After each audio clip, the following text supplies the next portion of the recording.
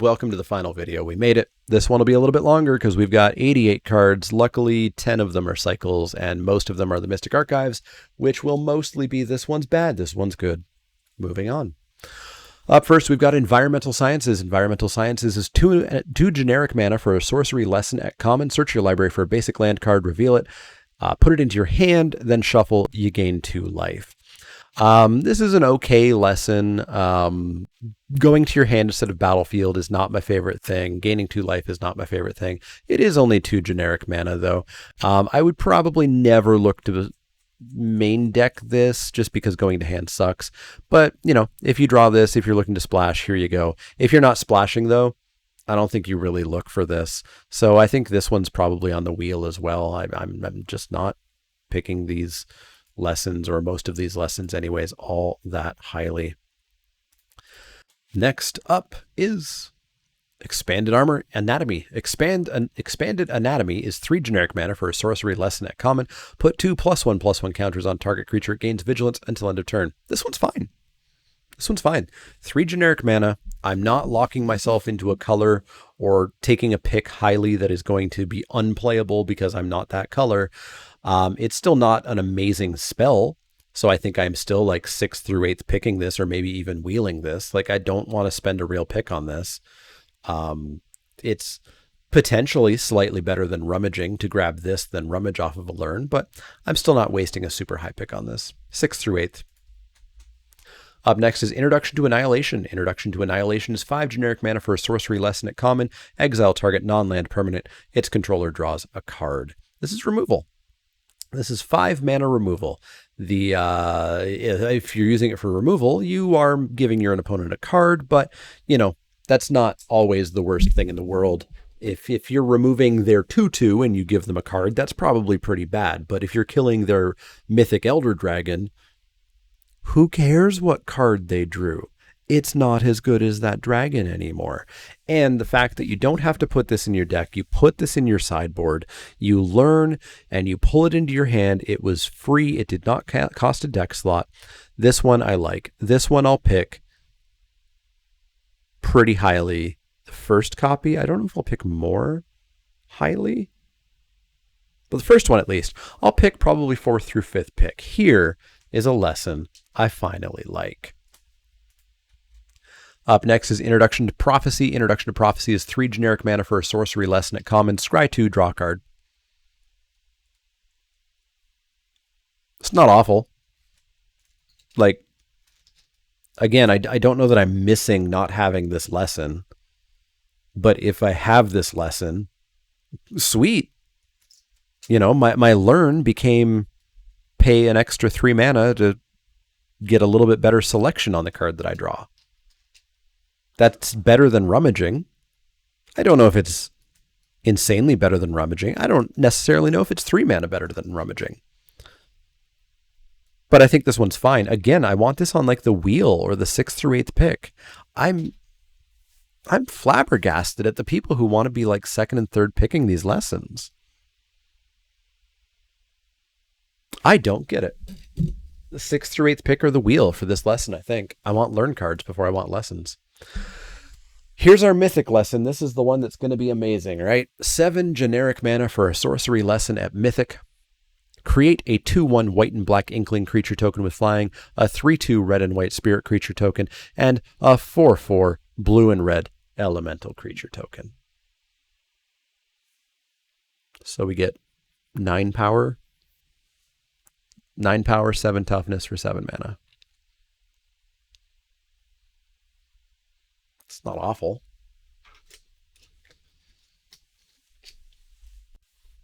It's not awful. But like, I'm not, again, stoked on this. I'm probably picking this one higher. This one's definitely not wheel, and you know, obviously, if I'm not first picking this, I'm not playing it because everybody else will first pick or second pick it. But I think this is 6th through 8th pick. It could even be 4th through 5th pick, just because this is the case of it doesn't have to go into your deck. You learn, you pull it out. If you never get to 7 mana, oh well, it didn't take up a card slot. And if you do, you get a bunch of dumb little creatures that hopefully will help you out. it doesn't make a fractal and a pest, and that's kind of stupid, and it makes literally no sense as to why they did it. And I assume, in fact, I would state confidently that I know it's because they don't have the space to put that on the card, and that's the only reason that that's the case, that they aren't on here. But yeah, I think I'm on like 4th, 5th pick for this, I guess. I guess this one's a good one. The fact that it's free when it comes to deck building, and if you die with it in your hand because you didn't get to 7 mana, it's no biggie, because it didn't cost you anything. It cost you not rummaging once, and that's not a big cost. So I guess, yeah, I can go 4th, 5th pick on this one. I don't think I'm going to go any higher, which means I'm probably never going to play it, but I'm just not high enough on these lessons, I think.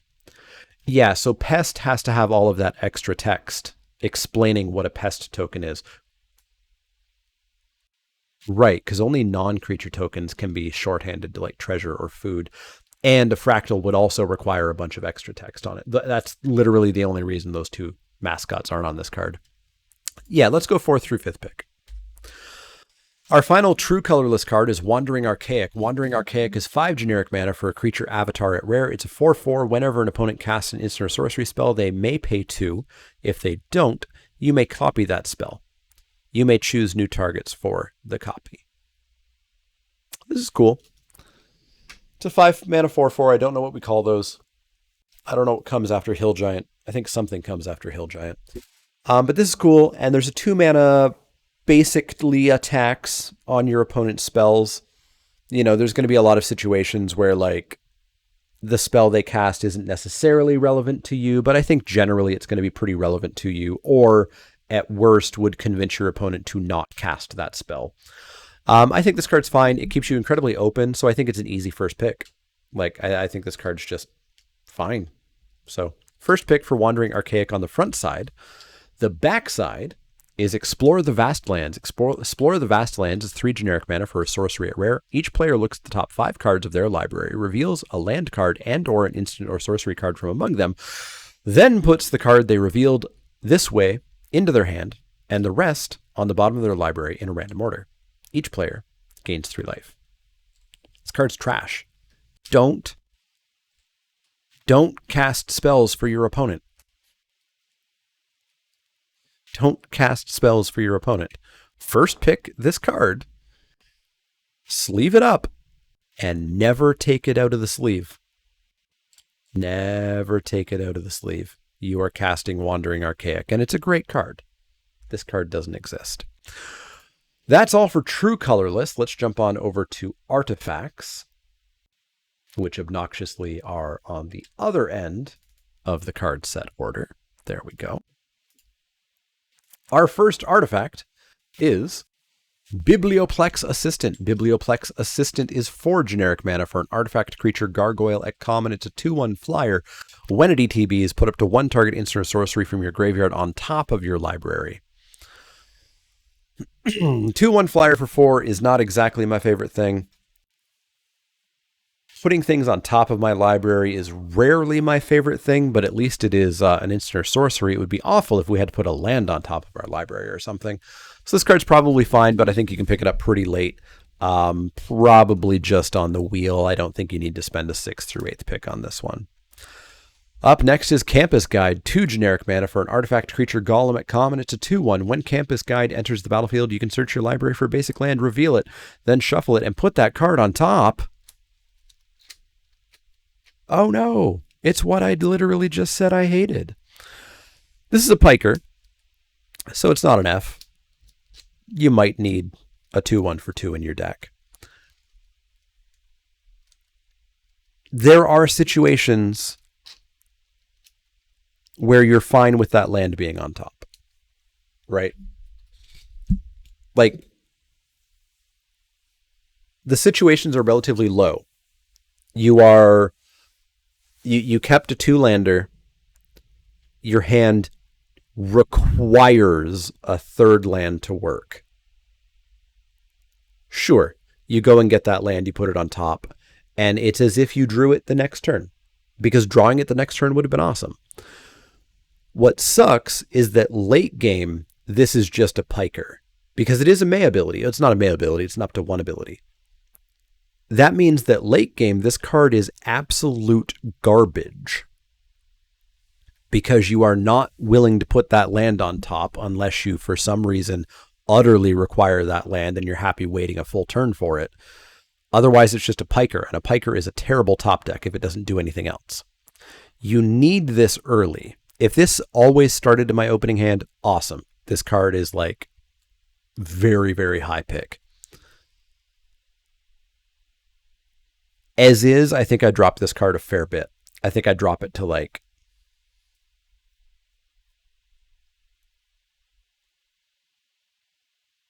Do I just drop it to the wheel? I don't know if I just drop it to the wheel or if I keep it 6th through 8th pick. I think I drop it to the wheel because realistically it's like 8th through 10th pick, I think. So let's drop it to the wheel. Again, it's going to really save you in those, 2-land keeps where you need to draw that 3rd land. This ensures you that you draw the 3rd land. And then a lot of the time late game, this card's going to be utter garbage because it's just a vanilla 2/1. Up next is Cody, Voiciforous Codex. Cody is here to help. Cody is 3 generic mana for a legendary artifact creature construct at rare. It's a 1/4. You can't cast permanent spells. Pay 4, tap, add Wooburg. When you cast your next spell this turn, exile cards from the top of your library until you exile an instant or sorcery card with lesser mana value. Until end of turn, you may cast that card without paying its mana cost. Put each other card exiled this way on the bottom of your library in a random order.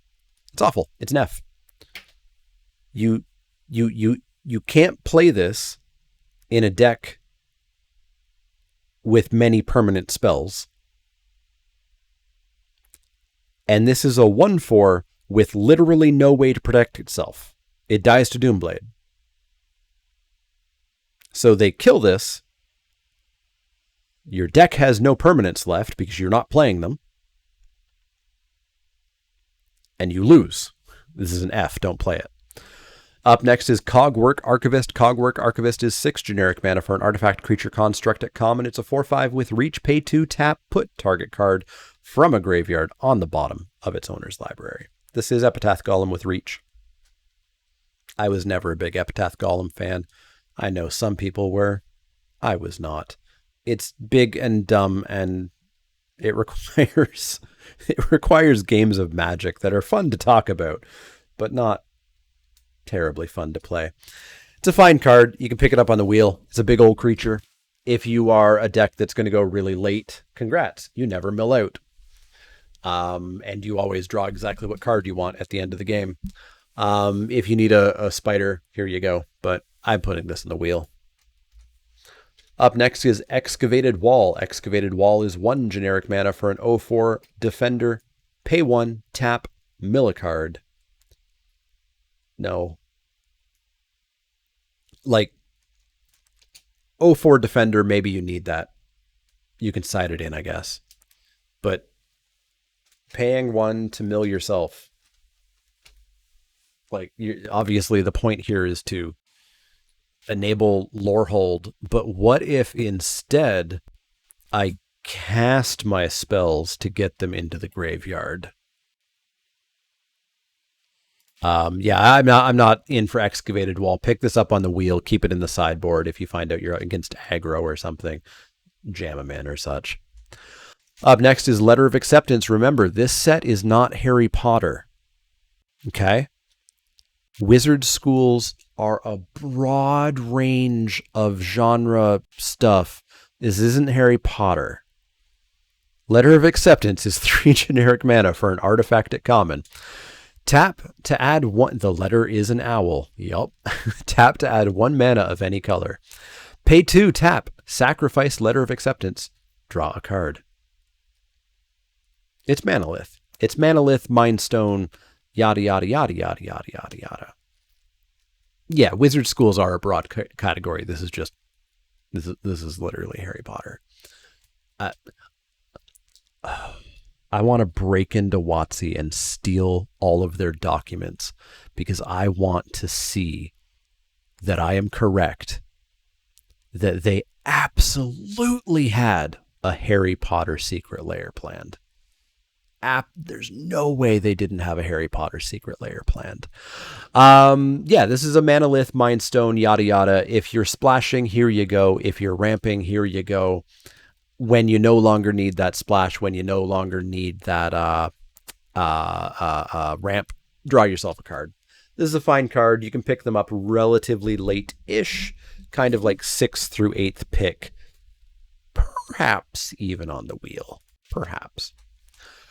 Up next is Reflective Golem. Reflective Golem is 3 generic mana for an artifact creature golem at uncommon. It's a 2/3. Whenever you cast an instant or sorcery spell that targets only Reflective Golem, you may pay 2. If you do, copy that spell. You may choose new targets for the copy. Oh yeah, I'm sure that they had a secret lair for Harry Potter, because they would have planned that 2 years ago, maybe even 3 years ago. And then they were like, oh, nope, not going to do that. That's a bad idea, but I will guarantee that they absolutely had that in the works until S hit the F in regards to all that stuff. So yeah, this is the 3 mana 2/3 that, like, you have to target itself, so you're targeting it with a combat trick, because if you target it with removal to copy the removal, why didn't you just cast the removal in the first place? But there's probably some cool things that you can do with this, but I think it's just so much work that that's not how I play Limited. I play Limited to win. I don't play Limited to do cool things. And I don't think you win too much with this card. That's true. That's true. You could do the black lash to give this +2, -2, pay 2, copy it, kill their X2, bam, got in for 4. I don't like this card. I'm on wheel for this. For me, it's basically a vanilla 2/3. I miss when Zada Hedron Grinder was the copy and combat trick thing. This is a pale comparison. Up next is Spell Satchel. Spell Satchel is 2 generic mana for an artifact at uncommon. It's got Magecraft. Whenever you cast or copy an instant or sorcery spell, put a book counter on Spell Satchel. Tap, remove a book counter from Spell Satchel. Add a colorless mana. Pay 3 tap, remove 3 book counters from Spell Satchel. Draw a card. So this does literally nothing until you start getting counters on it. And then you immediately have to take the counters off. I do think this is an F.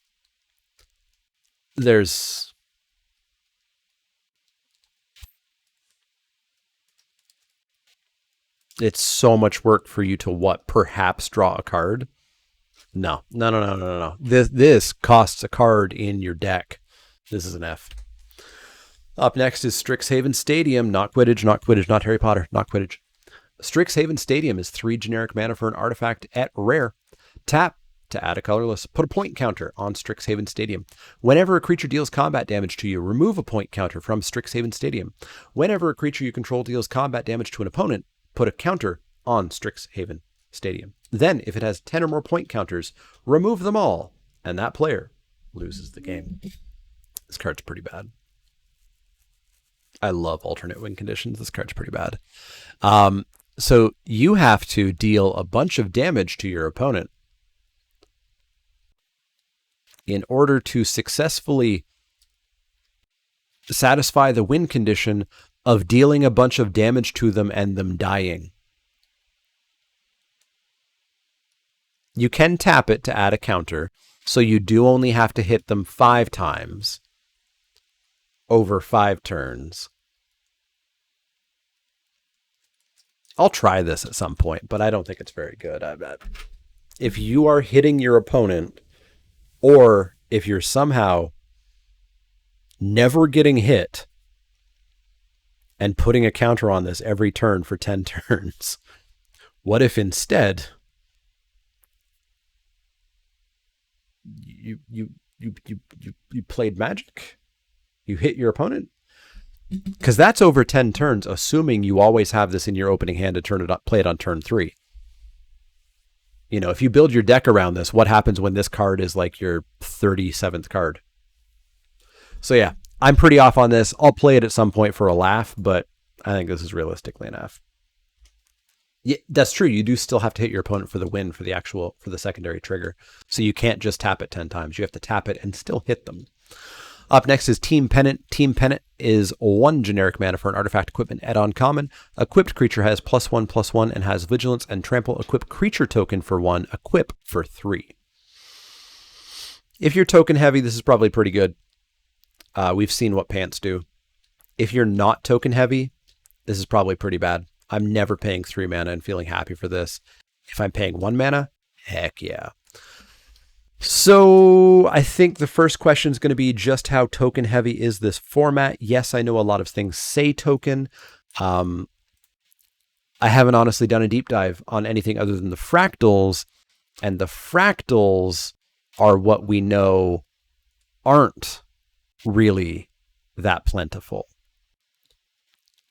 From doing the review, it feels like inklings are a little bit more plentiful and spirits are a lot more plentiful, I feel. And, oh, that's not good. What's the other one? Oh, pests are somewhat plentiful, but I don't really care about giving them +1/+1 vigilance and trample. So I think this is realistically a Lorehold card or a, what are Prismari tokens? They're elementals and they're not plentiful. I think realistically, this is a black-white, red-white, or if you did get the fractal thing to go off kind of deck. If you're not token heavy, you just should not play this card. It's way too expensive to be re-equipping this for 3 for just +1/+1. So I think you pick this, I think you probably realistically have to pick this 4th, 5th and start building around it. And you get a little bit rewarded if you are later in the packs and going to be able to take advantage of it. This is our last artifact, Zephyr Boots. Zephyr Boots is 1 generic mana for an artifact equipment at uncommon. Heat map. Heat map was working. We didn't change anything. Heat map stopped working. Heat map should be working again. Zephyr Boots is 1 generic mana for an artifact equipment at uncommon. Equipped creature has flying. Whenever equipped creature deals combat damage to a player, draw a card, then discard a card. Equip for 2 generic mana. It's Looty Booties. This is probably really good.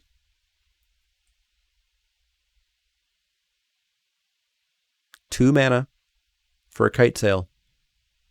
Plus an opportunity draws. But with a loot, I think it's pretty good. I think it's pretty good. I think this might be like 4th, 5th pick.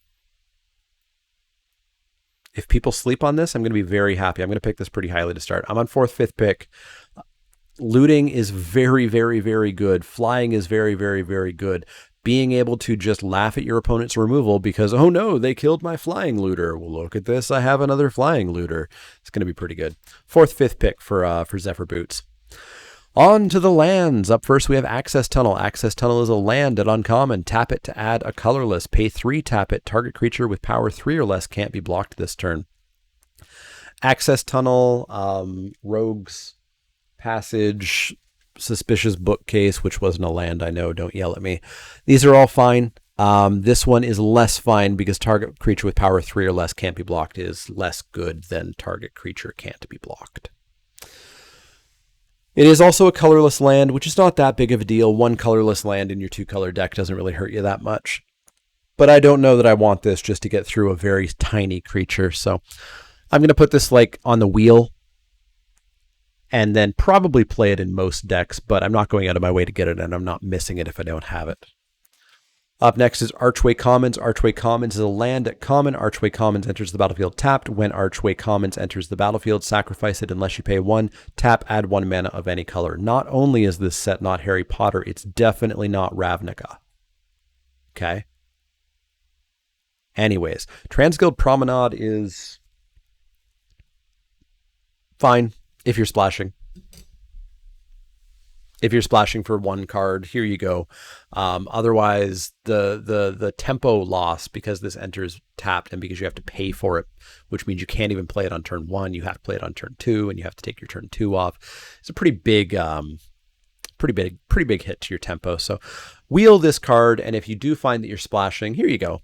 Pop this in. It'll help you out quite a bit to splash that card. But if you're not splashing, you probably don't play an Archway Commons. I think I said Transguild Promenade by mistake. I apologize.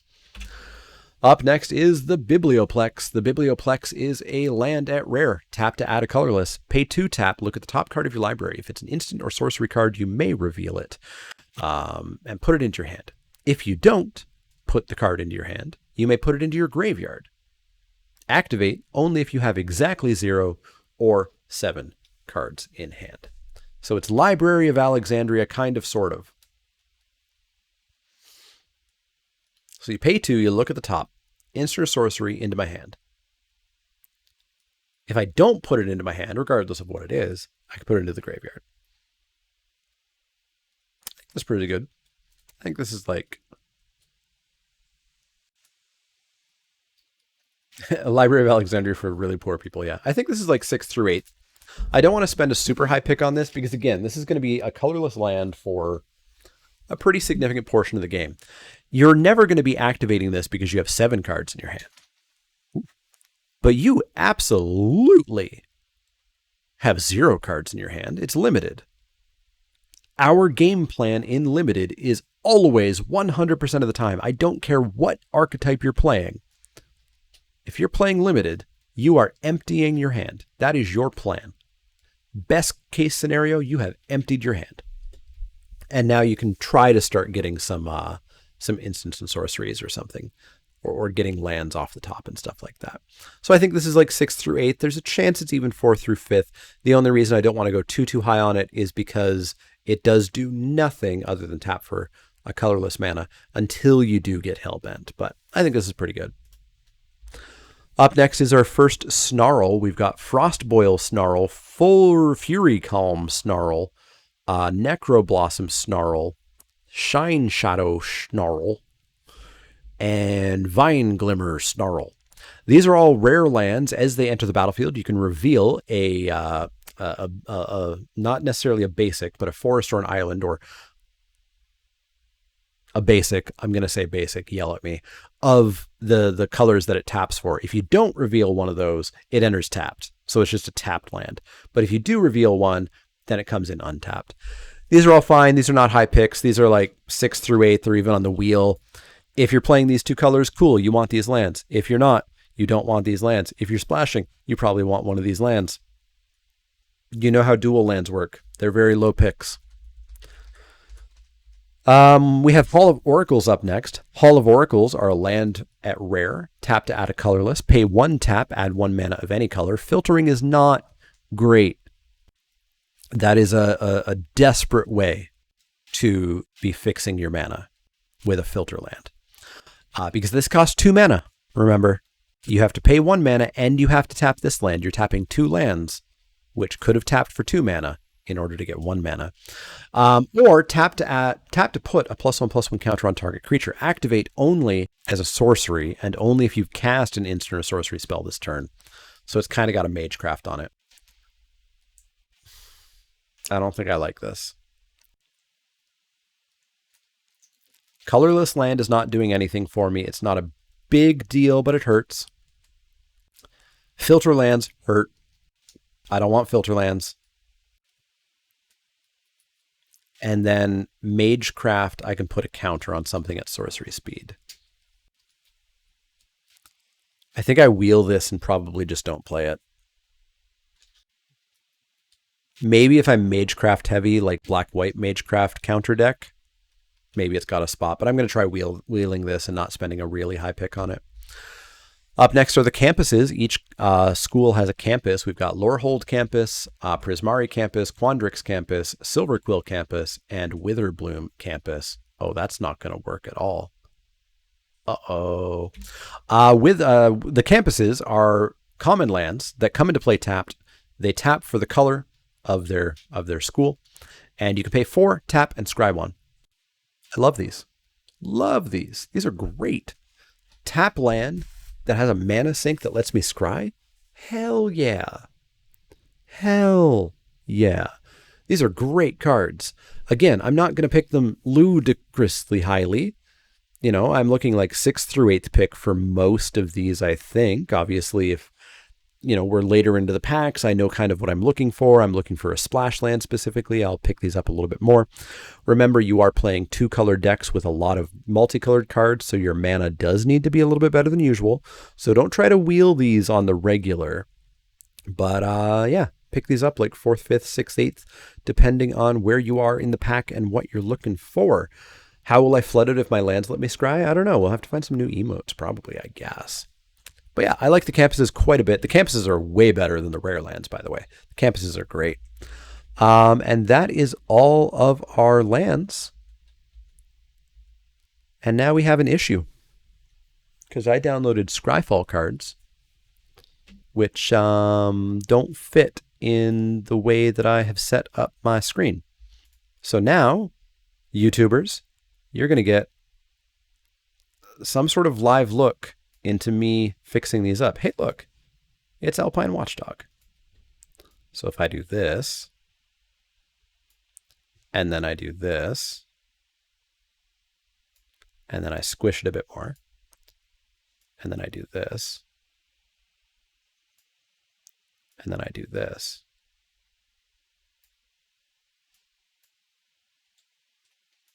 and then I pull it over just a little bit more. Then I pull it back up, and then we stretch it back up. Haha, I've done it. Now look at how tiny these cards are. All right, we are now going to take a look at the Mystic Archives. This should go relatively quick, I hope, because most of these cards are either good or trash. These are all reprints, so we have perhaps all seen these cards. I've seen the vast majority of these cards before. I've played with the vast majority of these cards. Mystic Archives appear in your packs. You will get one in every pack that you open. They are not standard legal. Some of them are not even historic legal. They are legal in the draft format, though. And yeah, they're all spells from Magic's history. Magic's long ago history. It's good to see these old cards back. It's been a long time since I've seen these cards. I'm glad to have these old cards back. Yeah, I just made, so the background is a static image that I just use as a background. The Alpine Watchdog is just a template, basically, so that I can line stuff up. All right, so up first, we have, what is the distribution of the Japanese ones? Japanese packs or collector's boosters, so no impact on draft formats. So Approach of the Second Sun. Approach of the Second Sun is 6 and a white for a sorcery at Mythic. If this spell was cast from your hand and you've cast another spell named Approach of the Second Sun this game, you win the game. Otherwise, put Approach of the Second Sun into its owner's library, 7th from the top, and you gain 7 life. So you cast this spell, you gain 7 life, it goes 7 from the top, and then 7 turns later you cast it again and you win. Sounds pretty hard. Put this in a deck with a lot of card draw, and this is a very legitimate win condition. If you copy this, do you just win? No, because you don't cast copies. Copies are not cast. Copies just whoop, onto the stack. Wait, do you? Because the copy resolves first. Hold on, I might be wrong. The copy resolves first. That's a question for people who play Commander or something. Cast another. Yes. There we go. If you cast another spell named Approach of the Second Sun. So yeah, you didn't cast the copy, and it doesn't matter that this is the second one that technically gets cast. The ability resolves. It requires there to have been another cast copy of Approach of the Second Sun. But yeah, all you have to do is have card draw. If you have this card, put in that stupid pressure point thing to rummage. Get all those stupid learn cards. Get all the bad cards. Because you gain 7 life, you're going to hold off. Just find this again, cast it again, and win the game. Legitimate, limited, alternate win condition here. First pick this card. Up next is Day of Judgment. 2 white sorcery, destroy all creatures. It's the cheapest draft we've ever had, basically, ignoring like Doomscar Foretold, I guess. This is a first pick card. Day of Judgment's great. I should also mention the mythics in Mystical Archive are about half as rare or twice as rare as normal mythics, so you're not going to see the mythics very often. The rares are twice as rare as normal rares, so you're going to see them, but not super often. You'll probably see them kind of like you would see a normal mythic. And the uncommons are basically literally as common as a regular uncommon, so you're going to see them as normally as an uncommon. Up next we have Defiant Strike. Defiant Strike is a single white mana for an instant. Target creature gets +1/+0 until end of turn and draw a card. It's Defiant Strike. You wheel this and you probably don't even have a spot to play this card. It's not good. Up next is Divine Gambit. Divine Gambit from that far off set of Kaldheim. White for a sorcery. Exile target artifact, creature, or enchantment opponent controls. That player may put a permanent card from their hand onto the battlefield. This card, as I hope people have learned now, is better than you think. You just don't cast it on turn 2. You cast it a little bit later when their hand is empty or when they very likely don't have anything to come down. You don't first pick this, though. I think you still reasonably can 6th through 8th pick this. Again, removal's not as good as it once was. Next up is Ephemerate. Ephemerate is a single white mana for an instant. At rare, exile target creature you control, then return it to its owner's battlefield under its owner's control. Rebound, so if you cast this spell from your hand, you exile it, and then at the beginning of your next upkeep, you get to cast it again without paying its mana cost. If you have ETB effects, this is kind of handy. The heat map shouldn't be borked. I just literally refreshed and it says that it's active. So the heat map should work. It could be that people just aren't using it. So Ephemerate doesn't seem that good. It's just like Cloud Shift, except you can do it a second time. If you have a bunch of ETB effects, it goes up in value, but you're 6th through 8th picking this, you're wheeling this. You might not even have a spot if you don't have a bunch of ETB effects, although that's kind of hard to not have these days. Up next is Gift of Estates. Gift of Estates is 1 and a white for a sorcery. If an opponent controls more lands than you, search your library for up to 3 plains cards, reveal them, put them into your hand, and then shuffle. If your opponent doesn't have more lands than you, this is a dead card. Wheel this card. Probably don't put it in your deck. I'm not a fan of putting cards in my deck that literally cannot be cast. And this literally cannot be cast in some situations. Up next is God's Willing. God's Willing is a single white mana for an instant at rare. Target creature you control gains protection from the color of your choice until end of turn. Scry 1. God's Willing is a fantastic combat trick. It's not a first pick. It's like 6th through 8th-ish pick, but this is a fantastic combat trick. If you've never played with God's Willing, play with God's Willing. It is amazing. It slices, it dices, it makes creatures unblockable, it makes creatures unkillable, it makes them hexproof, it makes them indestructible, it does everything, and scries 1. Up next is Mana Tithe. Mana Tithe is a single white mana for an instant at rare, counter target spell unless its controller pays 1. Force Spike is bad and limited, don't play it, it's an F, you don't want this card. Doesn't matter that it's in white. Revitalize. Revitalize is 1 and a white for an instant at uncommon, you gain 3 life, draw a card, don't play Revitalize. You should know to not play Revitalize. If you are in the life gain deck and you have some sort of easy payoff, maybe if you have Approach the Second Sun, it draws a card, it gains you life. There are places to play it, but it's an F because that will save more people from playing this card when they shouldn't, than having to go through all of the specific places that they should play it. Swords to Plowshares is a single white mana for an instant at rare. Exile target creature, its controller gains life equal to its power. Fantastic, extraordinarily cheap, instant speed, unconditional exile removal, easy first pick. Up next is Teferi's Protection. Teferi's Protection is 2 and a white for an instant at Mythic. Until your next turn, your life total can't change, and you gain protection from everything. All permanents you control phase out. Exile Teferi's Protection. In limited, Teferi's Protection is Fog. It's an F. No interest in playing it. F. Up next is Blue Sun Zenith. Blue Sun Zenith is X blue blue for an instant at Mythic. Target player draws X card, shuffle Blue Sun Zenith into its owner's library. It's instant speed card draw. It's not awful. I'm not going to go out of my way to pick this card, though. Let's go like 6th through 8th pick. It's not an F. You'll play a Blue Sun Zenith in a blue deck. It helps you draw some cards, but you're not going to go super nuts over it. Up next is Brainstorm. Brainstorm is a single blue mana for an instant at rare. Draw 3 cards, then put 2 cards from your hand on top of your library in any order. We're not comboing. We're not playing cube where we're trying to find extraordinarily specific cards. Brainstorm's not that good in limited. 6th through 8th pick, it's a fine card to play, but it's not a huge high pick. It's a famous card, and it's great in cube and constructed, but in regular limited, Brainstorm's not that good. Brainstorm needs a shuffle effect, yeah. Compulsive Research is 2 and a blue for a sorcery at rare. Target player draws 3 cards. That player discards 2 cards unless they discard a land card. Compulsive Research is a nice bit of card draw. It's basically a divination with a little bit of extra tacked onto it, since you get to draw 3 and then discard a land to keep your 2. It is still a late pick, though, 6th through 8th, and it could be that this format is hyper aggro, who knows, and this card would end up being unplayable. 6th through 8th for Compulsive Research. Counterspell is blue for an instant at rare counter target spell. It's the original counterspell. It's right there in the name.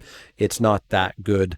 Counterspells in limited just aren't as good as you think they are. You can probably wheel this. Realistically, you cannot wheel this because people will go, counterspell, I must have that card. It must be amazing.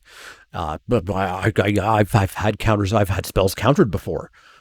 I'm going to take all the counter spells. You need to establish the board. You need to do stuff. Counterspell is not that important of a card for you. Try wheeling it. You're not going to. Memory Lapse is up next. 1 and a blue for an instant at rare counter target spell. If that spell is countered this way, put it on top of the owner's library instead of into that player's graveyard. What if your counter spell didn't even counter their spell? Yeah, Memory Lapse is not great for limited. You should probably just not play this. Wheel it if you really desperately want a temporary counter spell, but wheel to F. Up next is Mind's Desire. Mind's Desire is 4 blue for a sorcery at Mythic. Shuffle your library, then exile the top card of your library. Until end of turn, you may play that card without paying its mana cost. Storm. Storm means that whenever you cast this spell, copy it for each spell cast before it this turn. So if you cast Opt, Mind's Desire, you would exile the top 4 cards of your library and play the top 4 cards of your library without paying their mana cost. People are going to try Storm because it exists in the Mystic Archive. I'm not going to really try to include Storm. It does also include any spells that the opponents have cast as well. That's not going to typically come up, but it does happen. How do you cast a spell before Mind's Desire? There you go. Yeah, Mind's Desire is realistically an F. You should not try this. If you want to, have at it. I value my gems. I'm putting this at an F. Up next is Negate. Finally, a reprint of Negate. 1 and a blue for an instant at uncommon. Counter target non-creature spell. It's Negate. As we talked about when we saw the Negate that's in this set, I'll probably play a Negate maybe in the main deck if this does in fact turn out to be instants and sorceries, the format. Remember, Kaldheim had just as many creatures as this set has. I would not play a Negate main deck in Kaldheim. This set obviously encourages you to play more instants and sorceries, whereas Kaldheim did not, even though they have the same number of creatures. But I would still potentially attempt to main deck a Negate, but you should wheel this. Up next is Opt. Opt is a single blue mana for an instant at uncommon. Scry 1, draw a card. Opt is always on the wheel. Opt has never been higher than a wheel card. I like Opt more than most people, but you should pick Opt on the wheel. Up next is Strategic Planning. Strategic Planning is 1 and a blue for a sorcery at uncommon. Look at the top 3 cards of your library, put 1 of them into your hand and the rest into your graveyard. I don't think I ever played Strategic Planning in Kaldheim, and I don't think I'm ever going to play Strategic Planning here. F. Maybe if you're splashing your Approach of the Second Sun, you know, that ultra mythic in your not blue-white deck, because there's no blue-white decks in this format. This could be a card you could play, but realistically, this is an F. Up next is Tezzeret's Gambit. Tezzeret's Gambit is 3 and a Phyrexian blue, so you can pay 3 and a blue, or you could pay 3 and 2 life. Draw 2 cards, and then proliferate. Proliferate means you pick any number of permanents and or players, and you give each one a counter of a type that it already has.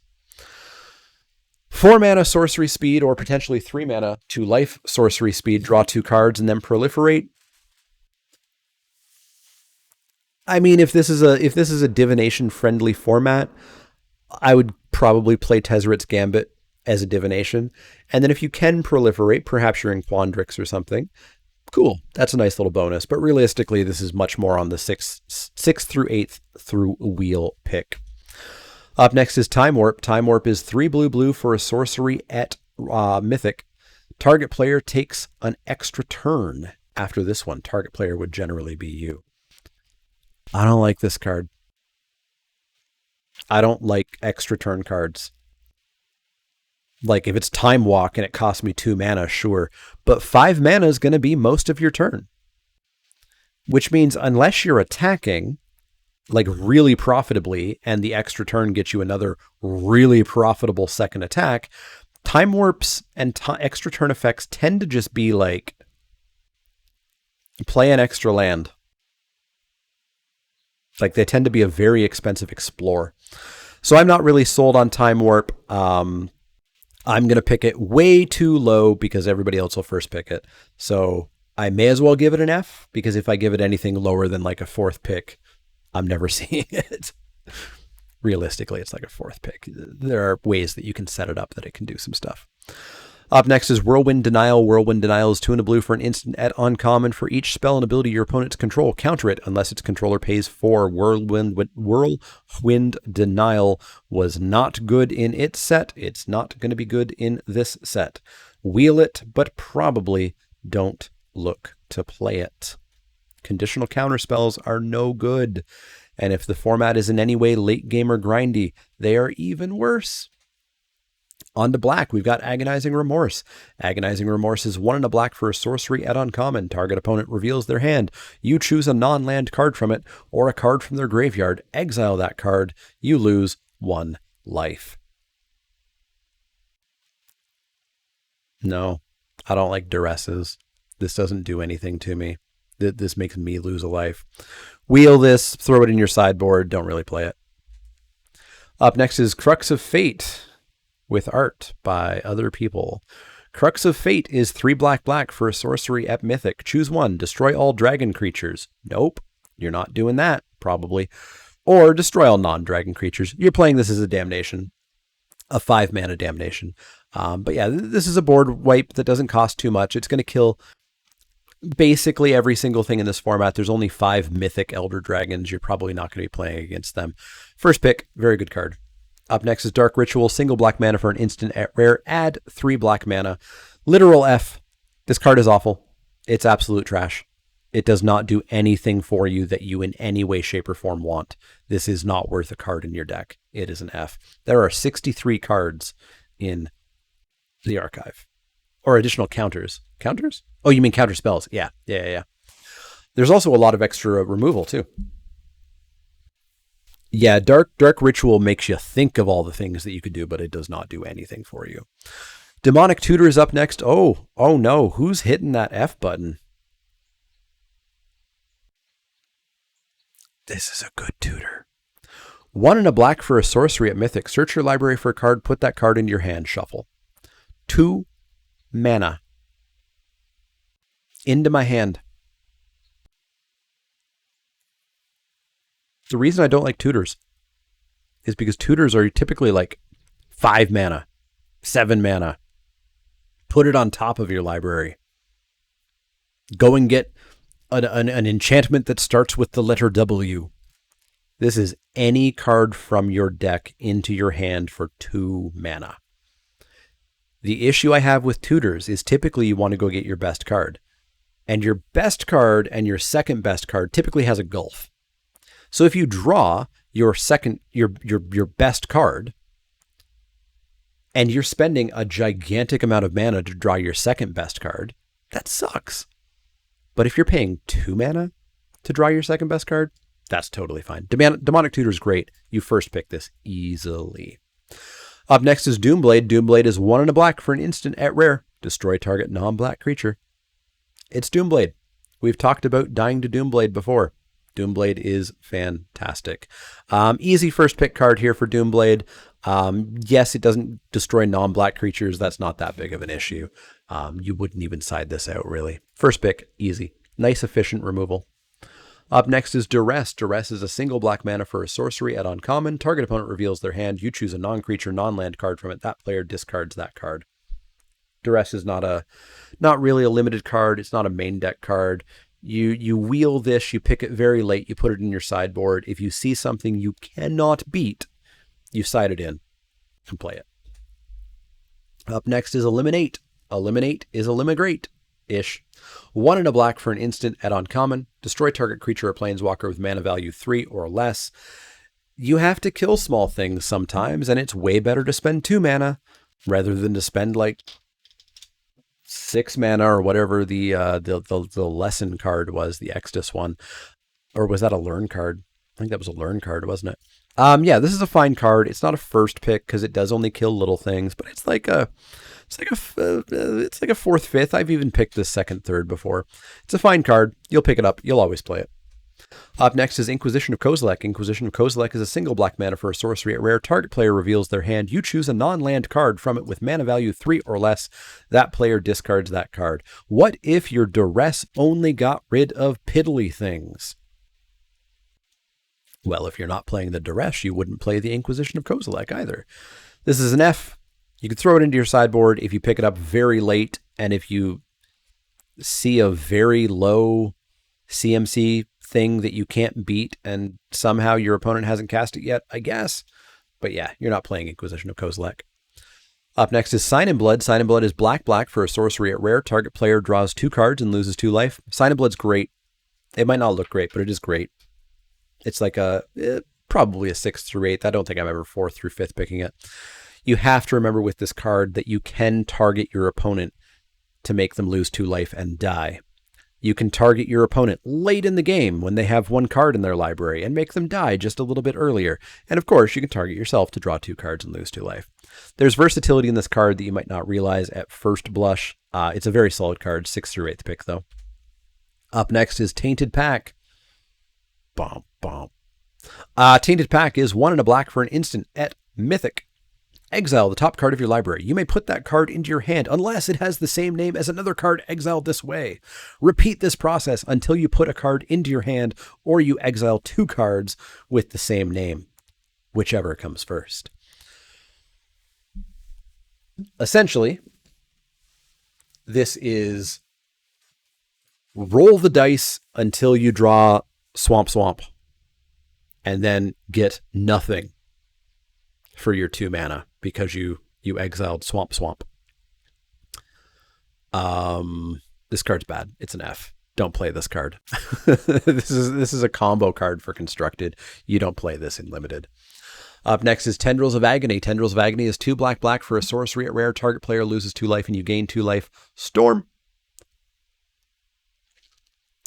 So I don't like Mind's Desire. I might give Tendrils of Agony a try if I open it. You're still going to need a bunch of mana. You're still going to need to somehow cast like at least preferably 3 spells before this so you can do 8 and gain 8. You're obviously not going to be doing, 20 like you do in Constructed or 40 or whatever. But I'm curious about this. You're never going to wheel it because somebody's going to pick it up and be like, I'm doing it. I'm storming. So if you want to play this, you have to first pick it. Power-wise, it's probably 6th through 8th pick. Not even 6th through 8th pick. It's probably wheel and power-wise. Up next is Village Rites. Village Rites is a single black mana for an instant at uncommon. As an additional cost to cast this spell, sack a creature, draw 2 cards. We know Village Rites. Village Rites is very recent. It's not a card I typically play. It's nice little insurance. I just never find a spot for this card. I never find a place to put this in. But if you find a place, it's an okay card, but you can pick it up on the wheel. Into red, we've got Chaos Warp. Chaos Warp is 2 and a red for an instant at Mythic. The owner of target permanent shuffles it into their library, then reveals the top card of their library. If it's a permanent card, they put it onto the battlefield. This is like Divine Gambit.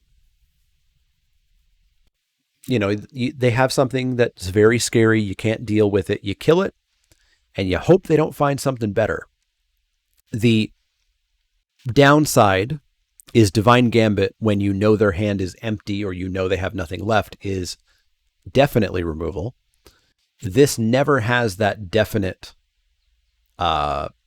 reliability because they could top deck something better. They could top deck the same card. And then you paid 3 mana to do nothing. Or they could top deck a land, or they could top deck an instant or sorcery and completely whiff. So this is a fine card. You can put this in. You just have to like understand that sometimes it's not going to work out the way you quite want it to, but at least you will typically always downgrade, hopefully, whatever their best card is, as long as you use this smart. So I think you can play this card. I think you just have to be careful with it. I think it's like probably a 4th through 5th pick. You do have to pick it highly if you want it. You could technically save your own bomb and stuff too. So there is some usability to it, but I'm going to go 4th, 5th for Chaos Warp. Up next is Claim the Firstborn. Claim the Firstborn is a single red mana for a sorcery and uncommon. Gain control of target creature with mana value 3 or less until end of turn. Untap that creature. It gains haste until end of turn. I don't like Claim the Firstborn. I never played it in Eldraine. Here we have more tokens. Obviously, yes, you could steal a gigantic fractal or something, and that would be handy. But like, it's a pipe dream. If that works, congrats. It's not going to work game in, game out. And you want your decks and your cards to work game in, game out. Wheel this card, pick it up late. Probably don't play it. Up next is Faithless Looting. Faithless Looting is a single red mana for a sorcery at rare. Draw 2. Yeah, black-red's not even a deck, so you can't even like do a black-red sack deck. Draw 2 cards, then discard 2 cards. Flashback 2 and a red. Faithless Looting is fine. Like, it's significantly better in constructed, but you can play it in limited. It's not the worst thing in the world, but you can probably wheel it. Next up is Grape Shot. Grape Shot is 1 and a red for a sorcery. At rare, Grape Shot deals 1 damage to any target. Storm.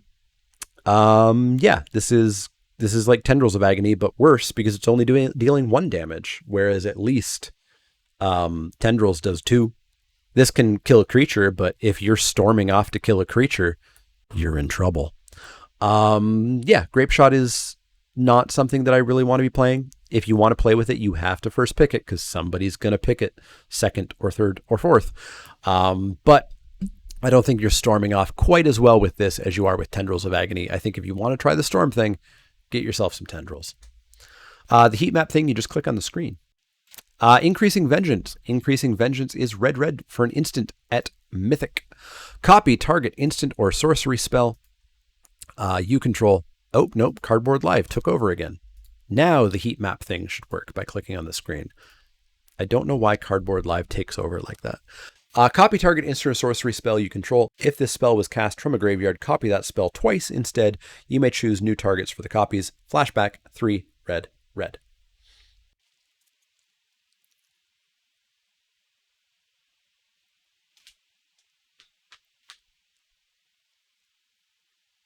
No, not really. I'm not a fan of copying. I'm not a fan of spells that only copy spells because, again, these are cards that are dead when you don't have anything to do with them. I do like that you can flash this one back, though, but realistically, this is an F. I'm not playing this. Just play better cards. Next up is Infuriate, a single red mana for an instant at uncommon. Target creature gets +3/+2 until end of turn. It's Infuriate. It's a combat trick that if you have a spot for, cool. Don't go out of your way for it. You should be able to wheel this, I think. Up next is Lightning Bolt. A single red mana for an instant at rare. Lightning Bolt deals 3 damage to any target. Lightning Bolt's awesome. It's a first pick. You will kill creatures with this. You will kill opponents with it. It is a very good card. Up next is Mizzix's Mastery. 3 and a red for a sorcery at Mythic. Exile target card that's an instant or sorcery from your graveyard. For each card exiled this way, copy it. You may cast the copy without paying its mana cost. Exile Mizzix's Mastery. Overload for 5 red, which means that you can cast this spell, but you replace the word target with each. So exile target card that's an instant or sorcery from your graveyard, or exile each card that's an instant or sorcery, and then for everyone that's exiled, you copy it and cast it without paying its mana cost. There's some cute shenanigans you can do with this. Yes, at some point, somebody on turn 4 is going to, like, I guess turn 3, because you get a treasure, is going to do Magma Opus, and you lose, and that's going to suck. But that's also a mythic and an ultra mythic That's not going to happen very often. Mizzix's Mastery is interesting. I've not played with it. It's a... I don't remember what set it was in, but it was in a set that I never played. Was it Conspiracy 2?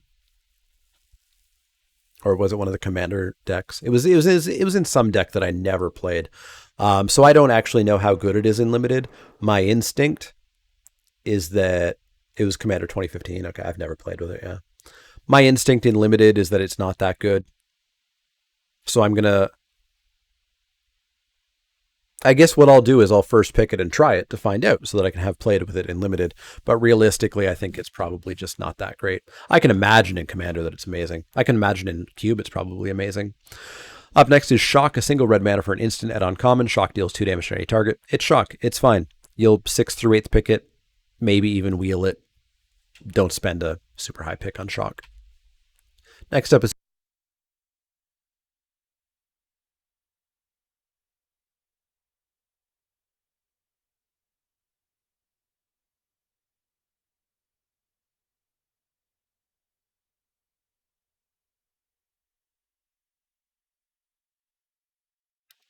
haha, when I hit the mic, I expertly hit explicitly the mute button.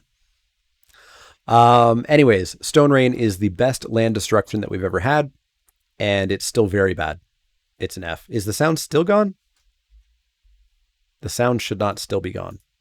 The sound is not still gone as far as I can tell. Good.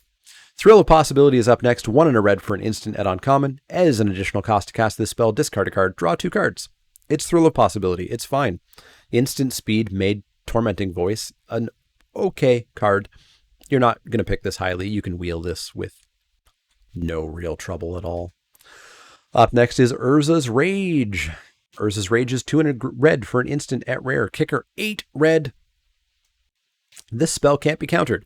Urza's Rage deals 3 damage to any target. If this spell was kicked, instead it deals 10 damage to that permanent or player, and the damage can't be prevented. 12 mana to deal 10. We have a spell in this set that is 8 mana to deal 10 to 2 things. This is how far cards have come. Urza's Rage is still very good. It's still a 3 mana lightning bolt to kill creatures or to hit your opponent's face. And if you do somehow find yourself at 12 mana, kill your opponent. Up next is Abundant Harvest. Abundant Harvest is a single green mana for a sorcery at rare. Choose land or non-land. Reveal cards from the top of your library until you reveal a card of the chosen kind. Put that card into your hand and the rest on the bottom of your library in a random order. Now, I haven't played with this in Limited. Can somebody who has played with this in Limited tell me how good it is? Come on. Come on, chat, explode. Get angry.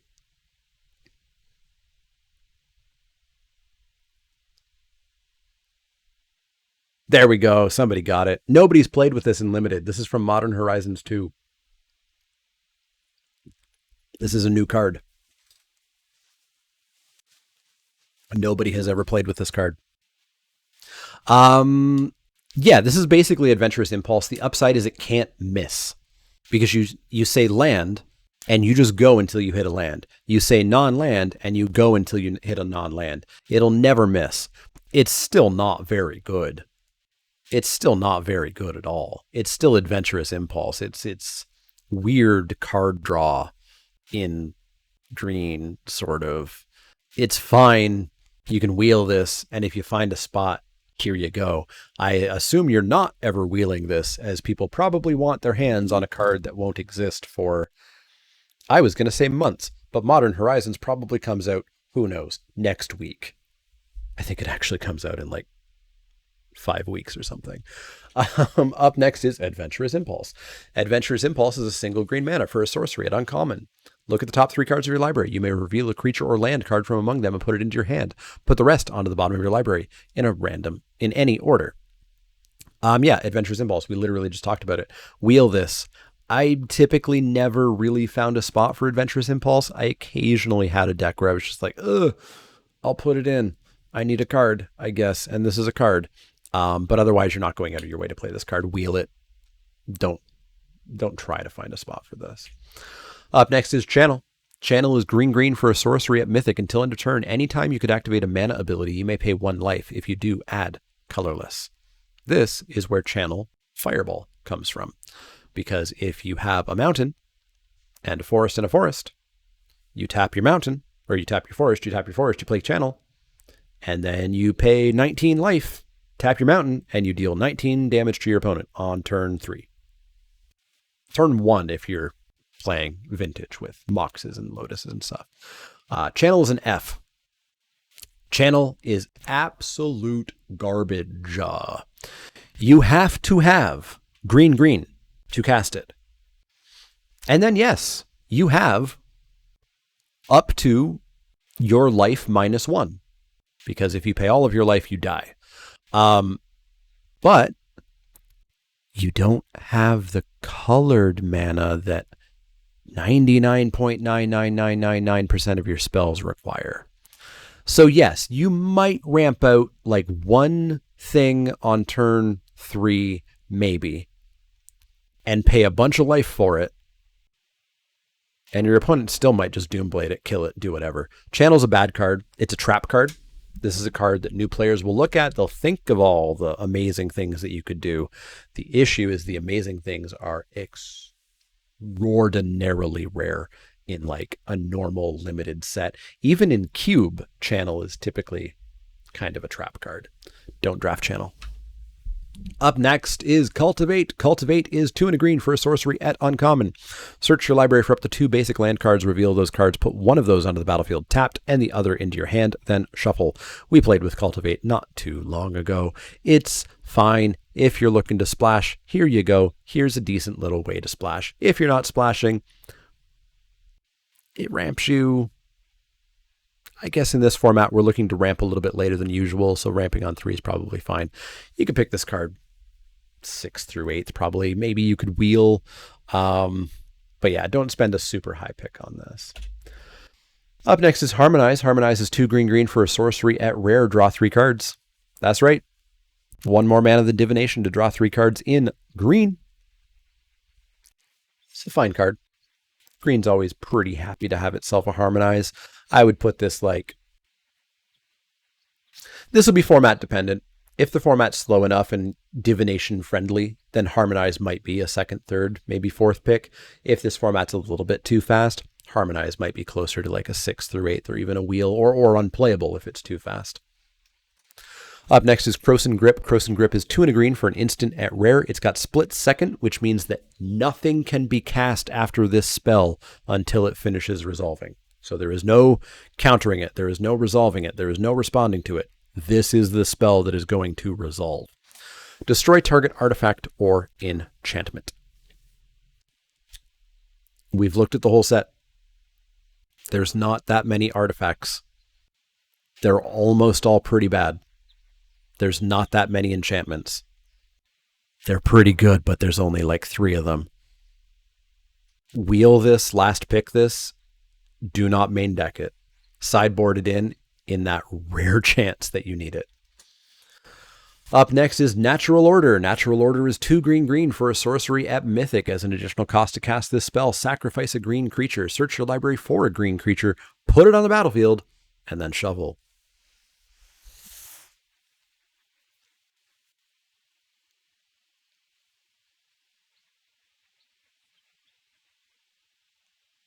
This card's great in Cube.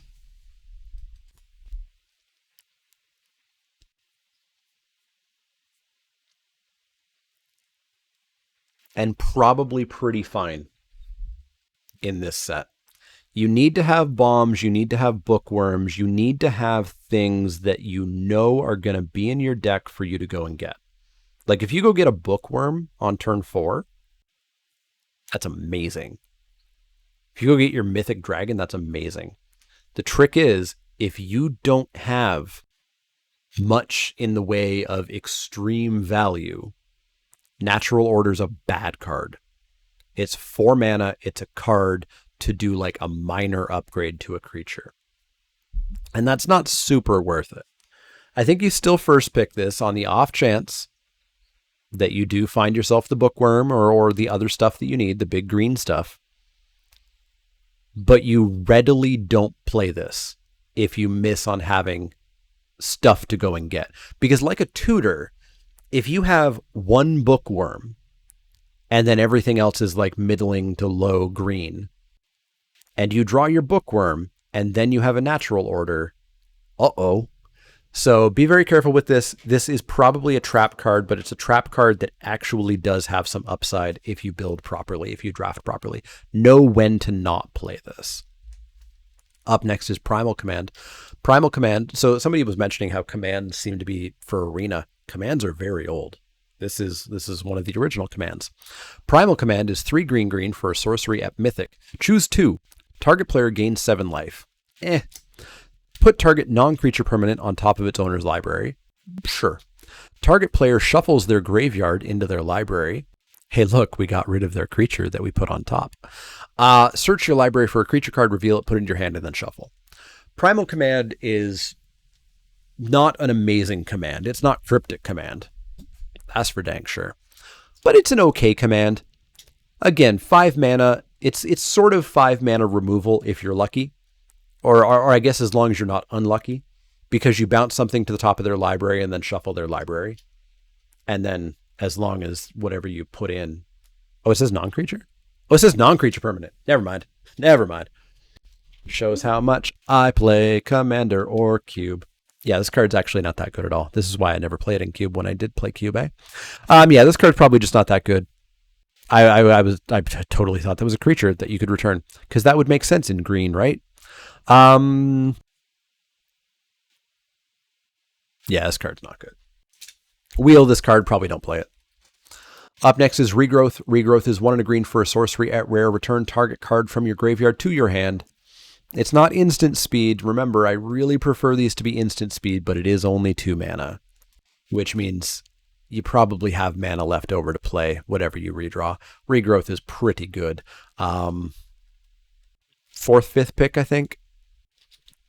Slight argument for 2nd, 3rd, but I think I'm on 4th, 5th pick for Regrowth. 2 mana to return anything from your graveyard to your hand is pretty good, because you can get back exactly what you need. It rebuys your bombs. I like Regrowth because it's so cheap. 4th through 5th. Up next is Snakeskin Veil. Snakeskin Veil is a single green mana for an instant at uncommon. Put a +1/+1 counter on target creature you control against hexproof until end of turn. We know Snakeskin Veil. We literally have just played with it for the past few months in Kaldheim. It's a good card. And yet I don't like Raise Dead. I don't, because Raise Dead can't get me anything that I want. And I do like Raise Dead. I just need them to be cheap and or instant speed and or return multiple things. But they don't return the land that I need. They don't return the removal that I need. They don't return, etc. Yeah, Snakeskin Veil is great. You're going to wheel it. You never have to highly pick Snakeskin Veil, so don't highly pick it here. Up next is Weather the Storm. Weather the Storm is 1 and a green for an instant at rare. You gain 3 life, and then, surprise, Storm. This card's awful. You want to storm and kill your opponent. You don't want to storm and gain 9 life. It's an F. Don't play it. Up next is D-Spark. D-Spark. White-black for an instant at rare. Exile target permanent with mana value 4 or greater. D-Spark's great. D-Spark's great. 2 mana, instant speed, kill something big. It's cheap, it's efficient, it's instant speed. Again, it's 1-for-1 removal, but, it's still pretty high pick. 2nd, 3rd is fine, especially because white-black is one of the color combinations in this set. Up next is Electrolyze. Electrolyze is 1 blue-red for an instant at rare. Electrolyze deals 2 damage divided as you choose among 1 or 2 targets. Draw a card. Electrolyze is a solid little card. It's like a shock on steroids. Or a twin bolt or whatever on steroids. It's a good little card. It's not a super high pick.